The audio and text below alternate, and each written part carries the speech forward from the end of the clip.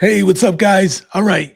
A lot of talk lately about this 50-year mortgage versus 30-year mortgage. And I haven't done one of these style videos in a little while. So I wanted to get into it. I went into the weeds. I did some research and I put some models together. And I'm hoping you guys can see where my head's at and how I roll with this stuff. Okay. So let's get into it. Okay. So basically, guys, conventional wisdom is as follows. Okay. It tells you be mortgage free, pay your debt off in the shortest term possible. The 50 versus the 30, that's crazy. You're going to pay double the interest. Okay. We've been told forever to pay off your mortgage fast, be debt free. That mindset comes from an era of sound money and low inflation. But what if I told you that following that rule today actually costs you wealth, guys? All right. So let's look at some real numbers. Okay. So, average person in America lives in their home about 8.4 years, and that's getting longer every year. All right. So 8.4 years ago was 2017. So if we look at real data in Fall River, the average single family home rose from about 230,000 to 450,000 today, about an 8.4% compound annual growth rate. Okay, that's CAGR. So if you bought in 2017, your home value nearly doubled. Okay. So now let's look at that from a mortgage perspective, because that's what everybody's talking about. All right. So from July of 2017 to today, your first mortgage payment would have been September 1st, 2017. You've made 99 mortgage payments. Okay. So here's three scenarios: a 15-year fix with 5% down, a 30-year fix with 5% down, and the illustrious 50-year fixed with 5% down. Okay. So after those 99 payments, okay, obviously the lower term, you paid more money a month, and in return, you built up more equity.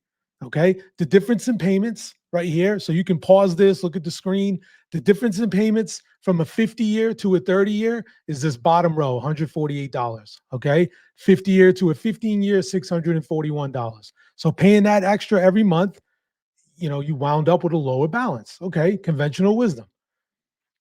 Okay, now let's look at if you sold a house. How would that look? So 8.4 years, you sell your house today, your 15-year mortgage, after you sell it at the average price today at 450, 31,000 to sell it. That's realtor fees, stuff like that.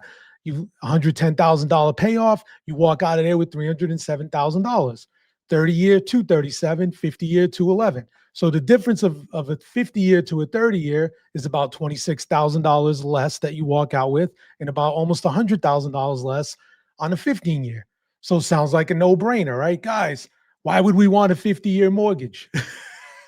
you know, the conventional wisdom is going to tell you, right? Over those 7-8 years, you saved 14,000 a month against the 30-year, but it cost you 26,000 when you sold it. So you really lost $12,000. So that's what conventional wisdom tells you. And they're not wrong. If you do nothing with that monthly savings, then absolutely you lost. Okay. Absolutely. If you wasted it, you bought a stereo, you bought a flat screen TV, whatever. Okay. You wasted it. Yes, conventional wisdom is correct. Okay. But this only made sense in a world where dollars held value over decades. And in today's world of nonstop printing, that logic, guys, is collapsing rapidly. Okay. Conventional wisdom that we all grew up with relies on sound money. All right. This chart right here is the foundation of all my investing strategies. All right. This chart is our national debt. This is from 2000 to today, how much it's growing. You can see how it went nuclear in 2020, and it's going even further. Okay. So the national debt's exploded. So this system, guys, rewards borrowers, not savers. Okay, think about that for a minute. As they create more debt and print more money and create inflation, you are rewarded for borrowing, not for saving. It's a mindset shift. Totally destroys conventional wisdom. Okay, so your house and your debt both inflate. The key is to own the asset. That's the key. Okay, and you win with assets by finding assets that outpace inflation in debt and money printing. Okay, so since 2020, the debt has grown at 8.6% a year.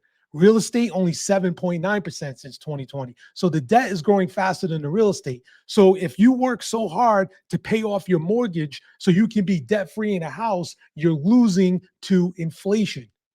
Okay, that asset is not growing as fast as inflation. You win with assets in the green arrow that outpace inflation in debt and money printing. That's how you win. Okay, so what's the new playbook, guys? Okay, paying off real estate loses to inflation.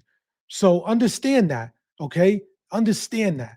So good debt is backed by appreciating assets. Okay, the new strategy is understanding that good debt and bad debt are two different things. Debt against appreciating assets is good debt. Okay, the money's bleeding out. Cash is the asset that's dying fastest. It takes twice as many dollars today to buy the same house as 2017. That's why hoarding cash or racing to zero debt is falling behind. You have to have the right assets. Okay, so if you don't have any assets, this is your net worth. If you're just saving cash, it's the direct opposite. If we just take this national debt chart and flip it upside down, this is your buying power rapidly eroding. Okay. And this is where it's all going. All right. So use the savings on a 50-year mortgage to hedge inflation. You're never going to pay the thing off. All right. You just invested in something productive. Okay. So you never, just remember for a second, guys, right? Most people, 8.4 years, that's the average. So you're never going to pay it off. If you refi, there's some math there as well. You got to be careful because you might cost yourself more money than you think. So just embrace it, take the difference and invest it. Okay. So here's an analysis right here. If you took that $148.34 since September 1st, 2017 to November 1st, 2025, okay, and you put it in any of these four things, you outperformed. All right. If you bought S&P 500 every month, you bought $148.34. You made 99 buys. Okay. You'd have almost $29,000. So you beat the difference. You won by almost $2,000. QQQ is NASDAQ. If you did that, 34,000 to 26,000, you won. Hey, if you go with me and roll with Bitcoin, $105,000. That's a 4X. You outperformed just by taking the longer mortgage and investing the difference. Okay. And in Tesla, if you went into Tesla and you bought every single month, 99 buys, $148 a month, you'd have $120,000 off a $14,000 investment, and you beat the difference at resale vastly.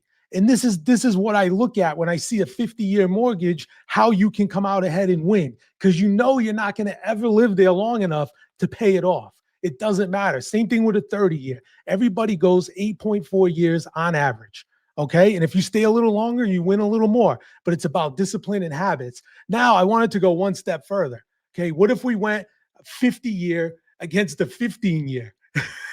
So if you could afford that payment, and instead you took that $641.24 difference and did the same investment strategy. Now, if you remember, it was a $96,000 difference at resale. Okay. Just an S&P 500, which S&P runs pretty much with inflation, you're up 25%. Okay. QQQ, NASDAQ, you're up almost 50%. Look at that. Bitcoin, you would have 4.5 Bitcoin. Okay. And Tesla, you'd have 1,100 shares, $500,000. Like, you could literally become a millionaire just by taking a longer mortgage, being disciplined, and investing the difference, guys. All right. So that's my feelings on the 50-year mortgage. Okay. It requires a mindset shift. Okay. Don't look at it as a negative thing. You're borrowing against an asset that's appreciating. That's good debt. This isn't a 10-year note on a Hellcat. Okay. You bought a car and you took a 10-year loan on it. That's stupid. A car is not an asset. A car is a consumer good that depreciates and goes to zero. Okay. Real estate's an asset. If you could leverage, the beauty of real estate is the ability to leverage it. And if you could leverage it at a longer term and take that difference and be disciplined and invest it, you can win immensely. All right. And that's what it is, guys. All right. Debt used right is your best hedge against a shrinking dollar. So that's my thoughts on the 50 versus 30-year mortgage. And, let me know in the comments below if I'm crazy or if I'm onto something here. See you later.